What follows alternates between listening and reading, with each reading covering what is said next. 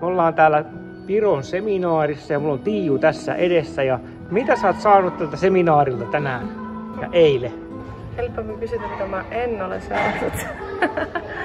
Ei tosi välillä, kun mä tulin tänne seminaarille ja sitten mä olin tosi huonossa kunnossa. Mulla oli iso krapula. Mä ajattelin, että mä en ehti Tallinnassa ajata tänne Kuressaareen, että pitkä matka 4 tuntia.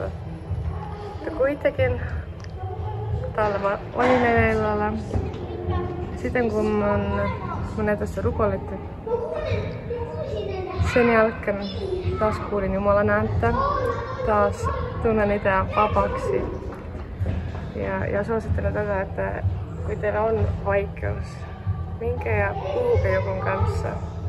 Että älä yritä itse, että se joskus menee ohi. Et kun sä olet ongelmassa, sitten kuitenkin me vajaamme toinen toista. Mitä sä sanot niille, ketä miettii vielä tänne tulemista tämmöisiin seminaareihin? Heti tulla. Ei tästä ole mitään miettiä. Pitäisi tulla. Kun mä en olisi tullut, sitten mä en tiedä, mistä minusta olisi saanut. Että tää on niin tärkeä muutos mun elämässä. Ja mä uskon, että just sulle, kuka sä kuulet, sä tarvitset tätä.